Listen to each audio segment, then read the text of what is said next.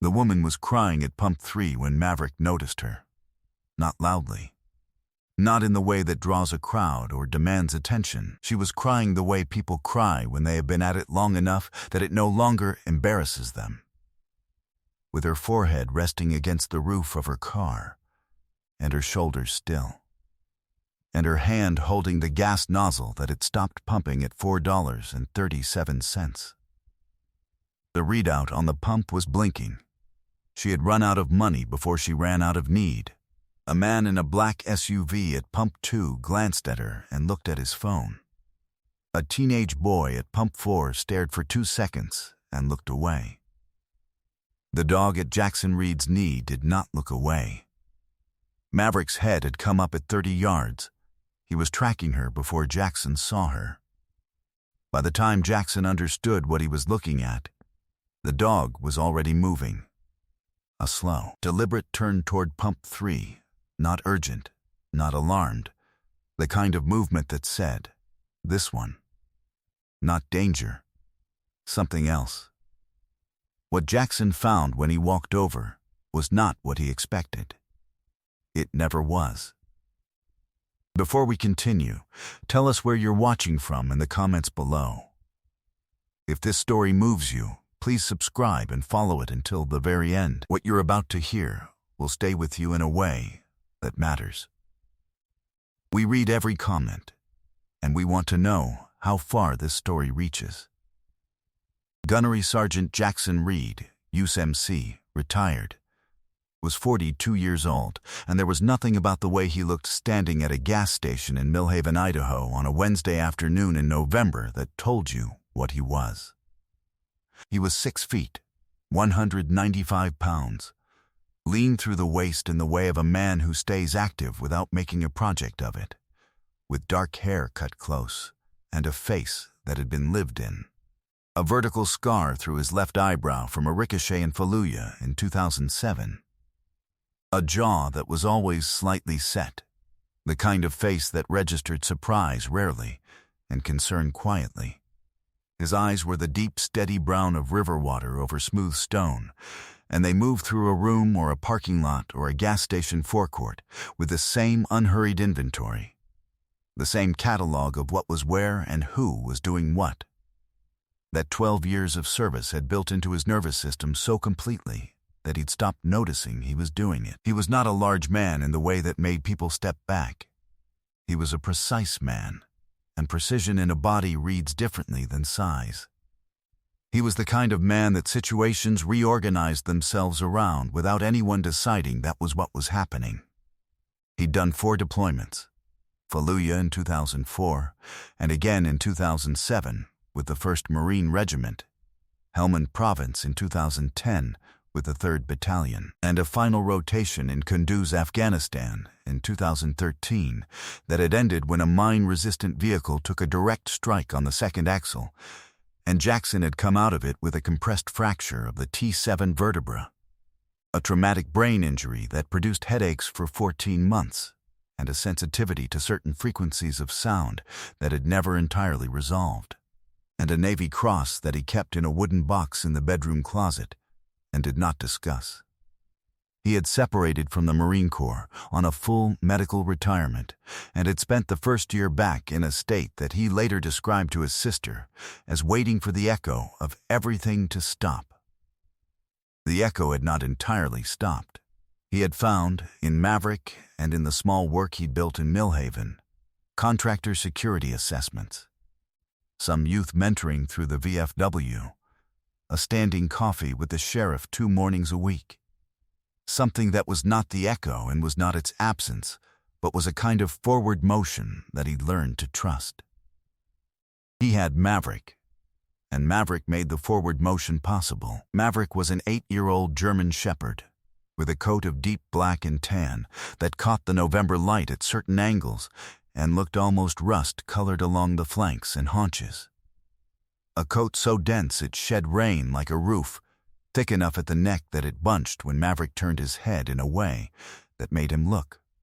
In those moments, like he was wearing something heavier than fur. He weighed 93 pounds. His left rear leg bore a long, raised scar from hip to stifle where a fragment had opened the thigh during a building clearance in Helmand, and the field surgeon had closed it in 2 stages and told Jackson that the dog would always carry it. He did carry it, and he'd never once let it slow him. He moved with the precise, unhurried economy of an animal that had been trained to operate at the edge of its capability for years, and had come back from that edge with something that was not caution, but was an exquisite conservation of effort. He did not waste movement, and he did not miss anything. Jackson had fought the military adoption paperwork for 11 months. He would have fought it for 11 years. There was no version of his life in which Maverick went anywhere else. Millhaven, Idaho, sat at the junction of 2 state highways in the high, dry country west of the Bitterroot Range, where November came in without ceremony and stayed without apology. The town had 400 people and a grain elevator and a truck stop diner and a hardware store, and the Millhaven Gas and Go on Route 12, where the pumps were old enough to be slow and the overhead fluorescence hummed in a frequency that Jackson usually noticed and had learned to ignore, and where a woman named Claire Sutter had pulled in at 2:17 in the afternoon on a Wednesday with $4.37 to her name and 1,100 miles still to go. Her name came in pieces. She was 34 years old, small-framed with dark circles under her eyes that were not from one bad night, but from a sustained period of not sleeping well, and she wore a gray wool sweater that was slightly too large for her, and jeans that had a small iron-on patch on the left knee, and boots that had been resoled. She was, Jackson would understand within 5 minutes of talking to her, a woman who had been managing a very difficult situation with everything she had and had just run out of resources at Pump 3 of a gas station in Millhaven, Idaho, which was not the worst place to run out, but was still a gas station forecourt with a blinking pump readout and a November wind coming off the Bitterroot and a car she could not currently move. When Jackson walked over, she straightened and wiped her face with the back of her hand and said, before he could speak, "I'm fine." "Okay," he said. Maverick had walked ahead of him to the front of her car and was sitting beside the driver's door with his ears forward and his amber eyes tracking her face with the complete, undemanding attention he gave to people who had told their faces to say one thing while the rest of them was saying another. "He likes you," Jackson said, which was a translation of what Maverick was actually communicating, which was something closer to "I see you." She looked at the dog. Her face did something complicated and brief. I miscalculated. The gas. I thought I had more." She stopped. "I have $1. If you can, I can pay you back. I just need to get to—" She stopped again. "Where are you going?" Jackson said. A pause long enough to mean the answer was not simple. "Coeur d'Alene," she said. "My mother. She's in the hospital." He put $40 of gas in her tank. She tried to give him the $1, and he told her to keep it. And she looked at him with the expression of someone who has been in a situation long enough that straightforward kindness has become disorienting. And then she said, "Thank you," in a voice that was carrying more than the thank you. He would have left it there. He had turned back toward Pump 2 when Maverick didn't follow. The dog was sitting in front of her trunk, not beside it.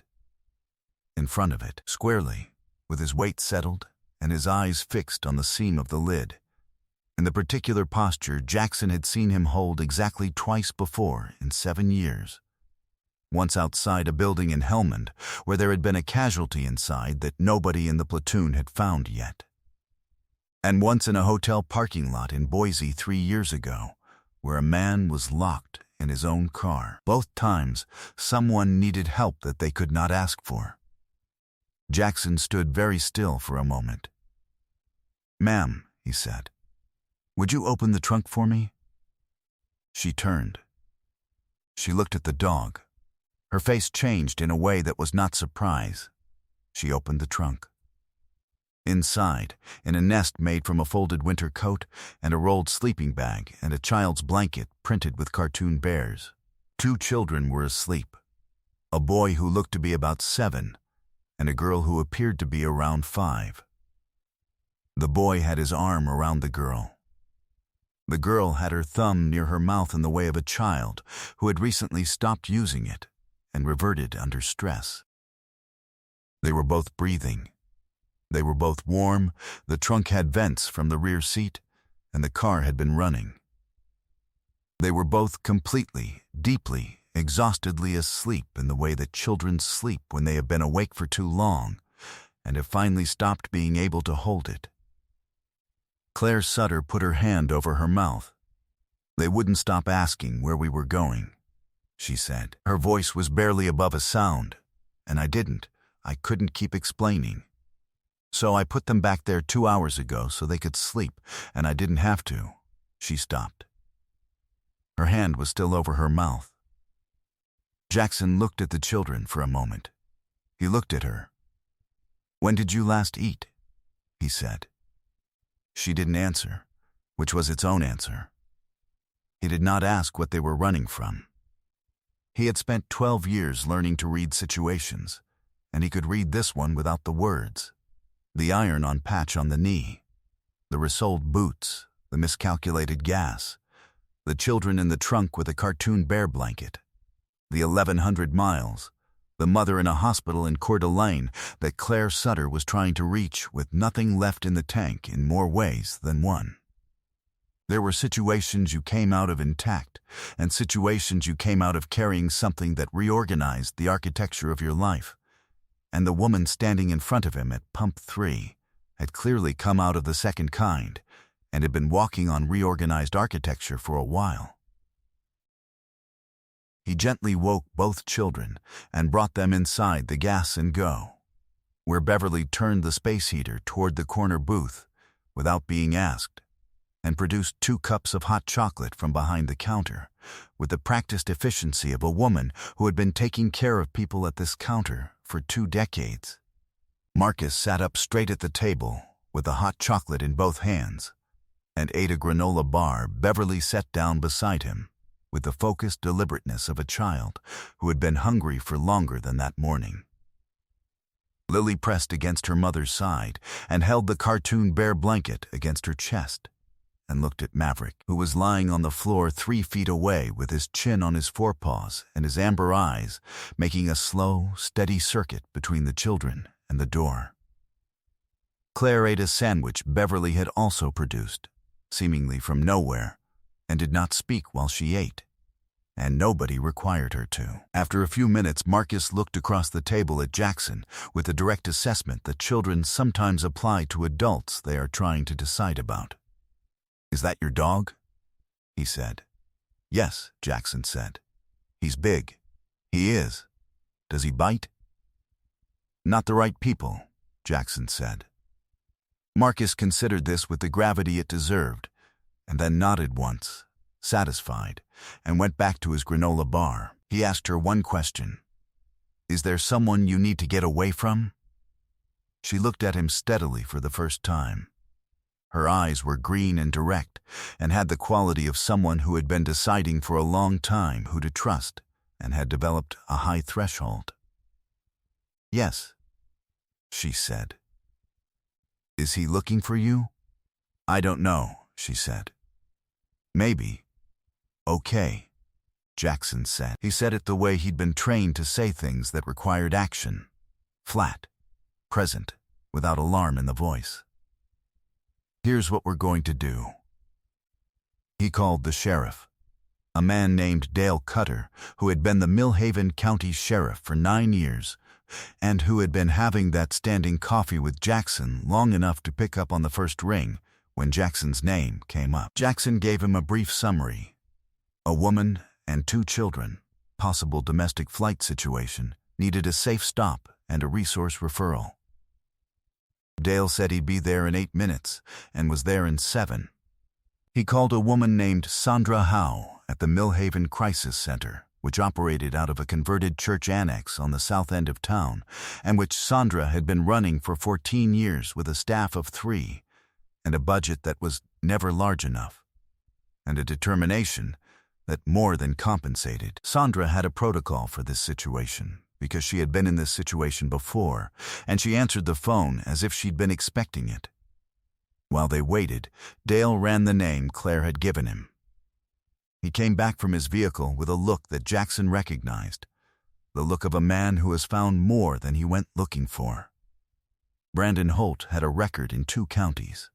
The no-contact order out of Blaine County had been filed 14 months ago after an incident that had put Claire in the emergency room with a broken wrist and a documented account she had given to a deputy who had filled out the report and filed it, and nothing further had happened. Because these things sometimes went that way in small jurisdictions where everyone knew someone, and the paperwork accumulated, and the consequence did not. Brandon Holt had walked. He had walked twice. He had apparently taken walking as permission to continue, which is what men like him do when the system sends that signal, and Claire Sutter had done the only thing left to her, which was to put her children in the car at 2 a.m. with a cartoon bear blanket and drive north toward her mother. She had made it 1,100 miles before she ran out of gas at Pump 3 in Millhaven, Idaho. Dale looked at Jackson over Claire's head with the flat, specific expression of a man who has been in law enforcement long enough to have learned that the paperwork gap between a no-contact order and a consequence is sometimes exactly the distance a man like Brandon Holt needs to do what he's going to do. "I'll make some calls," he said. That was all he said. He meant more than that, and Jackson understood he meant more than that, and Claire looked at the table and held her coffee with both hands. The children woke up when Claire lifted them out of the trunk. The boy, his name was Marcus, which Jackson learned because Marcus introduced himself with the solemn formality of a child who had been taught to be polite under pressure, looked at Maverick with the wide-eyed assessment of someone trying to decide if this was a good development. Maverick sat very still and let him decide. Marcus put his hand out. Maverick pressed his nose gently into the palm, and the boy's face rearranged itself into the expression children carry when something unexpectedly good happens in the middle of something hard.